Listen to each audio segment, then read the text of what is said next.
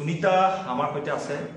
সুনিতাৰ বিষয়ে আপোনালোকক কোৱাৰ প্ৰয়োজন নাই। খুব এগৰাকী ভাল শিল্পী, দিব্যাংগ শিল্পী, অৰ্থাৎ সুনিতাই চকুৰে দেখা নাপায় কিন্তু সকলোখিনি অনুভৱ কৰে। এটা খুব সুমধুৰ কণ্ঠ। সুনিতা এটি খুব সুন্দৰ গীতৰ এটা কৰি অকণমান গুণগুণাই দিয়াচোন। চকু মেলি নাচাবা গীতটি আমি অকণমান শুনি লওঁ, অকণমান কথাও পাতিম। চকু মেলি নাচাবা, লাগি নাচাবা, চকু মুদি চোৱাচোন দেখা পাবা তাতে, মন উতলাই কোনে চি নোচোৱাই, মন উতলাই কোনে চি নোচোৱাই। চকু মেলি নাচাবা, লাগি নাচাবা, চকু মুদি চোৱাচোন দেখা পাবা তাতে, মন উতলাই কোনে চি নোচোৱাই, মন উতলাই কোনে চি নোচোৱাই। খুব সুন্দৰ। সুনিতা, তুমি গীতবোৰ কিদৰে অনুভৱ কৰা, কিদৰে শুনা, কিদৰে আয়ত্ত কৰা?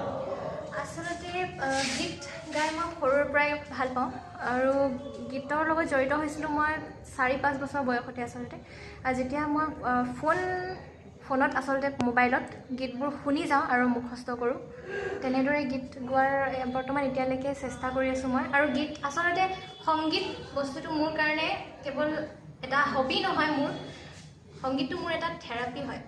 যেতিয়া মোৰ মনটো অকণমান অস্থিৰ হৈ থাকে, তেতিয়া যদি মই গীত এটা শুনি দিওঁ বা গুণগুণাই থাকোঁ, তেতিয়া মোৰ আচলতে মনটো কেনেকৈ ভাল লাগে মই নিজে নাজানো।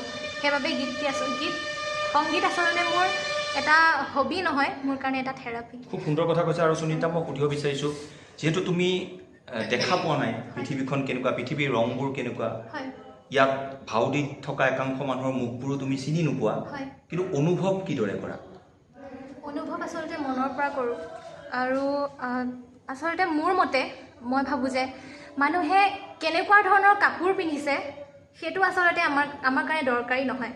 মানুহে আচলতে মুখাৰ আঁৰত যিখন মুখা, সেইখন আচলতে আমি অনুভৱ কৰিব পাৰোঁ কথাৰ জৰিয়তে, মানুহৰ আচৰণৰ জৰিয়তে।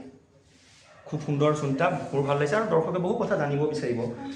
এটা কথা তুমি কোৱাচোন, কিছুমান মানুহে যে জীৱনটোক শেষ কৰি দিব বিচাৰে, সৰু এটা অজুহাততেই মই আৰু জীৱনটোৰ বাচি নাথাকোঁ, মোৰ আৰু পৃথিৱীত বাচি থাকিবলৈ মন নাযায়, সেই মনলৈ অনা অৱসাদবোৰ মানুহে আঁতৰাব কেনেকৈ পাৰে? সেই হতাশাবোৰ আঁতৰোৱাৰ কিবা উপায় তুমি দিব পাৰা নেকি? হতাশা আচলতে এটা কথা, জীৱন মানে যুদ্ধ, জীৱন মানে সংগ্ৰাম। আমি জীৱনত সংগ্ৰাম কৰিবই লাগিব। জীৱন মানেই যে যুদ্ধ। আৰু কিছুমানে এমুঠি ভাতৰ বাবে যুঁজ কৰে, কিছুমানে পঢ়াৰ বাবে যুঁজ কৰে, কিছুমানে এটা ঘৰৰ বাবে যুঁজ দিয়ে। আমি সকলো একাংশ জীৱনটো আমি আচলতে মোৰ বাবে আমাৰ জীৱনটো এখন কিতাপৰ দৰে। এখন কিতাপৰ প্ৰত্যেকটো সৰু ডাঙৰ অধ্যায় যেনেকৈ আমাক বিভিন্ন ধৰণৰ শিক্ষা প্ৰদান কৰে, ঠিক তেনেদৰে জীৱনৰ প্ৰত্যেকটো সৰু ডাঙৰ ঘটনাই আমাক আচলতে এটা অভিজ্ঞতা প্ৰদান কৰে মোৰ মতে। আৰু গতিকে সেইমতে জীৱনটো আচলতে আগবঢ়াই নিব লাগে। জীৱনত ঘটি থকা ঘটনাবোৰ আমি কেতিয়াও ইমান বেছি গভীৰভাৱে ল'ব নালাগে যেন আমি জীৱনত সকলো হেৰুৱাই পেলালোঁ। জীৱনত ঘটি থকা কেতিয়াবা মানুহ ফেইলাৰ হ'ব পাৰে, কেতিয়াবা হয়তো বিফল হ'ব পাৰে, কিন্তু বিফল এইটো নহয় যে আমি জীৱনটো শেষ কৰি দিম। আজি যদি মই বিফল হৈছোঁ, তেনেহ'লে মই ভাবোঁ যে বিফল হোৱা আৰু সফলতাৰ বাবে আৰু এখোজ আগবাঢ়ি যোৱাটো আচলতে হয়। এইটো যিসকলে মোৰ ফেচবুকত এই অনুষ্ঠান চাইছে, সুনিতাৰ কথাখিনি সুধিছে, মোৰ দৰে যদি তেওঁলোকে জীৱন জিন্দাবাদ বুলি এটা হাত চাপৰি বজায়, নিশ্চয় সকলো অনুপ্ৰাণিত হ'ব, হতাশাবোৰ মনৰ আঁতৰি যাব। সুনিতা, আৰু অকণমান এটা ভালপোৱা তুমি গীতৰ কলি এটা গুণগুণাই দিয়া, আৰু তাৰ লগতে আমি ভিডিঅ'টো শেষ কৰিম।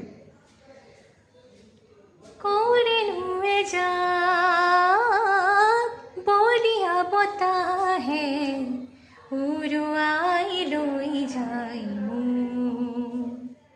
আশীৰ জোনত সেমেকা পোহৰ আঁতৰি যায় আজি তোমাৰে ছবি আঁকো বিশ্বপটত, কিবা ভাল লাগি যায় সেই ক্ষণত, উৰুৱাই লৈ যায় মোৰ মনত, উৰুৱাই লৈ যায় মোৰ মনত।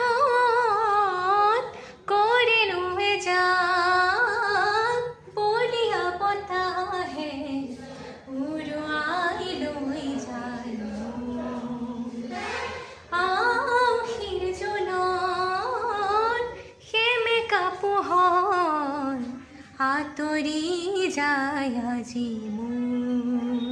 ধন্যবাদ। খুব সুন্দৰ। মই আশা কৰিছোঁ যিসকলে সুনীতাক জানিব বিচাৰিছে, সুনীতাৰ এই যাদুকৰী গীতবোৰ শুনিব বিচাৰিছে, ইতিমধ্যে আমি সুখৰ সংজ্ঞা বিচাৰি অনুষ্ঠানৰ জৰিয়তে সুনীতাক মঞ্চ দিয়াৰ প্ৰয়াস কৰিছিলোঁ, কিন্তু বহু লোকে সুনীতাৰ যাদুকৰী কণ্ঠৰ প্ৰেমত পৰিছে আৰু সুনীতাৰ এই ভাল ভাল কথাবোৰে নিশ্চয় আপোনালোককো অনুপ্ৰাণিত কৰিব।